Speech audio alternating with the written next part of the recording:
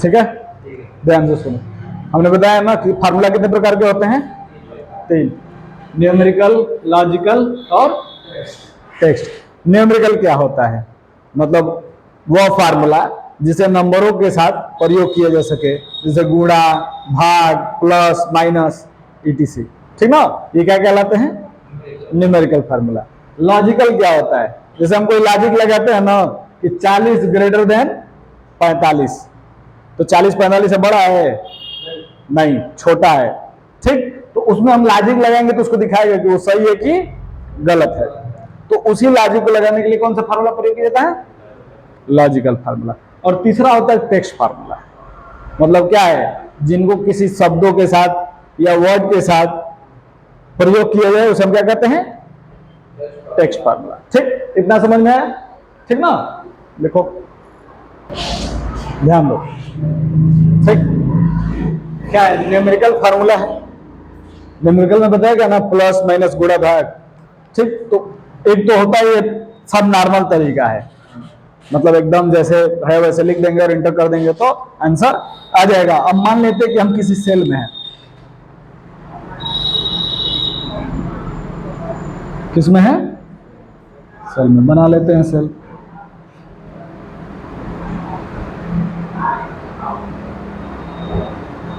ठीक, ये A B C 1 2 3। ठीक ना, अब हमारा ये जो 8 है और +4 है, 8 + 4 है ना। मान लेते हैं कि हम किसी सेल में लिख दिए इसमें 8 और इसमें लिख दिए 4। हमको आंसर यहां लाना है। ठीक, तो हम इस वाले सेल में आ जाएंगे और लिखेंगे क्या? इक्वल टू A1 प्लस क्या है? B1। और जैसे ही इंटर करेंगे क्या दिखाएगा? ये वाला आंसर 12। ठीक ना, अब ये दोनों हम बताएंगे क्या सेल से कनेक्टेड है। अब इसमें चेंजिंग करेंगे ना तो इसमें क्या करेगा? प्लस ही करेगा। जैसे अगर मान लेते हैं कि 8 की जगह पे हम क्या कर दिए? 10 कर दिए, तो यहाँ पे आंसर क्या हो जाएगा? 14 हो जाएगा। ठीक, समझ में आया? ये हमारा पहला फार्मूला है। दूसरा क्या है? लॉजिकल।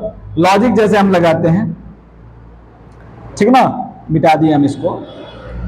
ठीक, अब लॉजिक में दिया है 10 ग्रेटर देन 8। ठीक, मतलब क्या है? सही है। अगर हम किसी सेल में लिख दें क्या इसमें 10 और इसमें लिख दे क्या 8, और हमको आंसर लाना है इसमें कि ये दोनों क्या है, सही हो रहा है कि नहीं हो रहा है। अगर हम यहाँ पे लिखते हैं equal to A1 sorry A2 है ना, A2 ग्रेटर देन B2। जैसे इंटर करेंगे तो क्या दिखाएगा? ट्रू। हाँ, मतलब इसी सेल में दिखाएगा। हम नीचे लिख दिए, जगह नहीं है ना। अब ये इसमें क्या दिखा देगा? ट्रू। लेकिन अगर हम इसी सेल में इसके अगल वाले में कर देंगे कि A2 लेस देन B2 तो क्या दिखा देगा? फॉल्स। ठीक है, हाँ, सही गलत बताने वाला है। उसके बीच में क्या कर रहा है? तुलना करना है कि ये सही है कि नहीं है। ठीक ना, अब हम तीसरा देख लेते हैं। तीसरा क्या है? हम मिटा देते हैं ये सारा। तीसरा है टेक्स्ट फार्मूला। ठीक, हम किसी सेल में लिख दिए, जैसे यहां पे लिख दिए MIC और इसमें लिख दिए इंस्टीट्यूट। ठीक ना, और हमें इन दोनों को एक साथ क्या करना है? जोड़ देना है। ठीक ना, तो यहां पे आ जाएंगे, किसी भी सेल में अपने आ जाएंगे और लिखेंगे इक्वल टू क्या है? A1 है ना, A1 और एंड का सिंबल बना देंगे और उसके बाद क्या लिखेंगे? B2 और इंटर कर देंगे तो हमारा ये दोनों एक साथ क्या हो जाएगा? जुड़ जाएगा। लिखेंगे क्या? MIC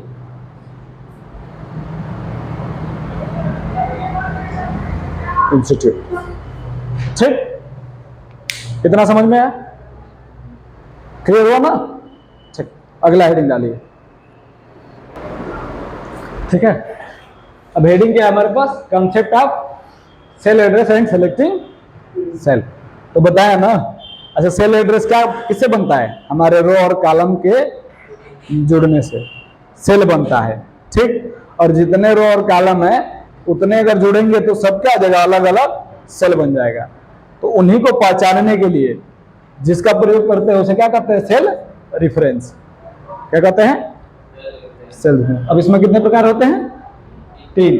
पहला है क्या, रिलेटिव रेफरेंस, दूसरा है एब्सोल्यूट रेफरेंस और तीसरा मिक्स्ड रेफरेंस। बस अंतर क्या होता है कि जो रिलेटिव है तो एकदम नॉर्मल क्या होगा, A1 रहेगा, जिसको हमारे सामान्य भाषा में कहीं भी हम क्लिक करेंगे तो दिखा देगा A1, B1, C1, A3, 2, 3 etcetera etcetera, ठीक ना। एब्सोल्यूट क्या होता है कि इसमें डॉलर का प्रयोग हो जाता है रो और कॉलम के पहले। जो हमारा A है वो कॉलम है और जो 1 है वो रो है। दोनों के आगे किसका प्रयोग हो गया, डॉलर चिन्ह का, ठीक ना। इसका प्रयोग होता है हम बताएंगे, ठीक ना।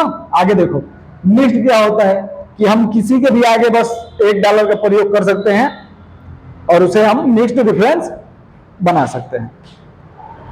समझ में आया, हाँ ये डॉलर का चिन्ह है, ठीक ना, उसका प्रयोग कर सकते हैं। इतना समझ में आया, ठीक है। आगे ध्यान दीजिए, समझ लो कि रेफरेंस ग्रुप ऑफ सेल क्या होता है।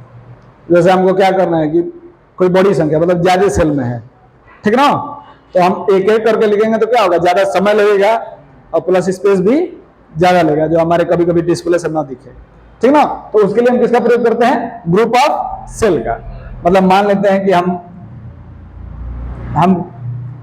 अपने सीट में हैं, ठीक, और ये हमारा वर्क सीट है ABC, ठीक ना, दिख रहा है ना, 1 2 3 4 5। अब मान लेते हैं कि इन सबको हमको क्या करना है, सेलेक्ट करना है। सबको क्या करना है, सेलेक्ट करना है। तो हम एक एक जब सेलेक्ट करेंगे ना तो बहुत समय लगेगा और प्लस स्पेस भी ज्यादा लगेगा।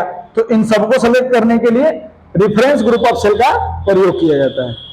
जैसे क्या किया जाता है कि पहले हम लिख देंगे इक्वल टू, ठीक ना, और उसके बाद हमको सेलेक्ट करना है तो लिख देंगे A1 कॉलन कहां तक, C5। तो ये सारा क्या हो जाएगा, सेलेक्ट हो जाएगा कई बार में, इतनी ही संख्या में क्या हो जाएगा, पूरा सेलेक्ट हो जाएगा। इसी को हम क्या कहते हैं, ग्रुप, रेफरेंस ग्रुप, और रेंज ऑपरेटर में आता है, ठीक।